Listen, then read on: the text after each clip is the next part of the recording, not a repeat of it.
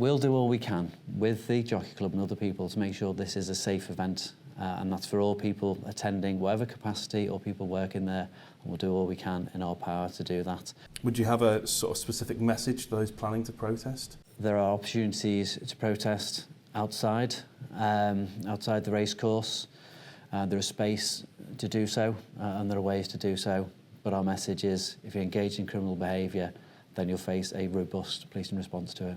So we're here with Superintendent Matthew Moscrop to speak about policing the forthcoming Grand National. First of all, I guess I'll start with, what are the challenges of policing the Grand National?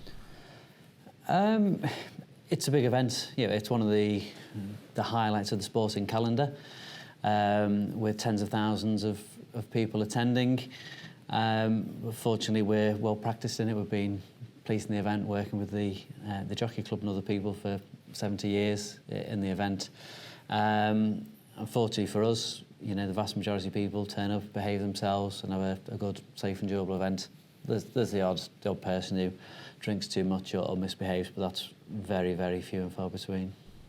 So what would your advice be to people attending to ensure they do enjoy the day or the days? We just want people to plan ahead, plan the journey.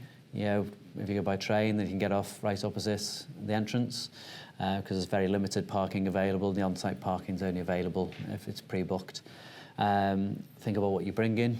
They don't let large bags into there, so if you have to bring a bag, make sure it's a small one, and allow time for the searchers coming into the event. And then people just pace themselves through the day, look after yourselves, keep your wits about you, and enjoy the day. And sort of on the Saturday, the main Grand National day, Everton are also at home. What challenges is that going to pose logistically for policing?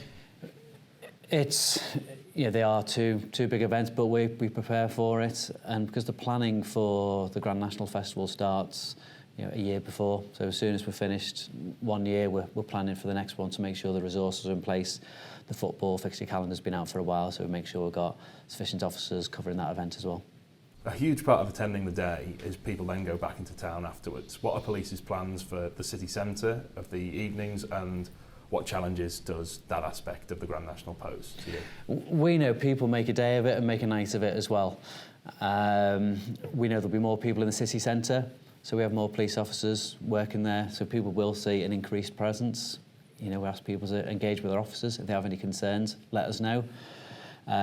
For those who are going out as well in the evening, just make sure you pace yourself. If you're trying to be drinking all day and all night, then you're going to struggle to look after yourself, and the day won't be what you've planned. So just be sensible, but there's plenty of police about to make sure people are safe. And last year, I think, was the first Grand National post-lockdown, wasn't it, with people attending. Was there anything police learnt from that sort of post, or noticed any differences post-lockdown? Were people sort of back at Aintree for the first time? Last year, I think most people found that things had changed a little bit during the pandemic. People weren't used to going out.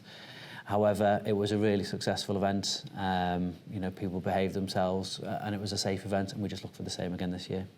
And I guess this year one of the headlines is the planned protest by the animal rights group, who I think have rebranded as Animal Rising this week, and sort of they've shared, or due to a Mail on Sunday investigation, their plans have been shared of planning to disrupt the National. What's police's plan to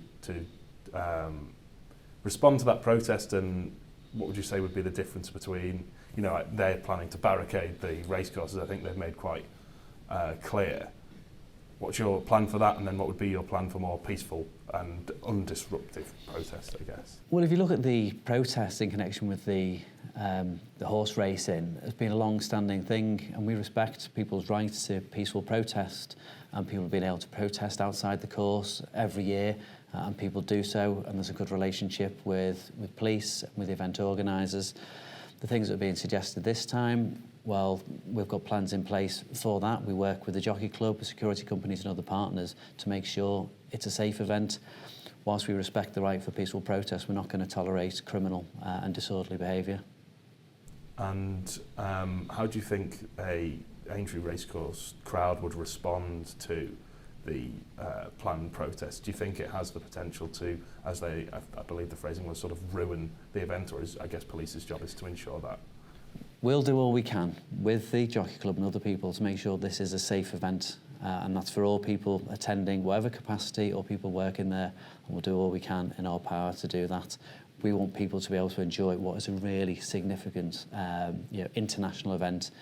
We want them to enjoy the event. If people wish to express their opinions about something else, then there are ways to do that. But if there's criminal behaviour, then we'll deal with that robustly. So yeah, do you want to speak about Purple Flag and Liverpool City Centre regarding the racing weekend? Yeah, so if people are going into the city centre, people know that this is a safe city centre. It's got Purple Flag status for the last 12 years, so people are able to enjoy themselves safely. We just ask the people to be alert, and as they'll see plenty of police officers about it, if there's any concerns at all, please speak to us and we'll do what we can to help.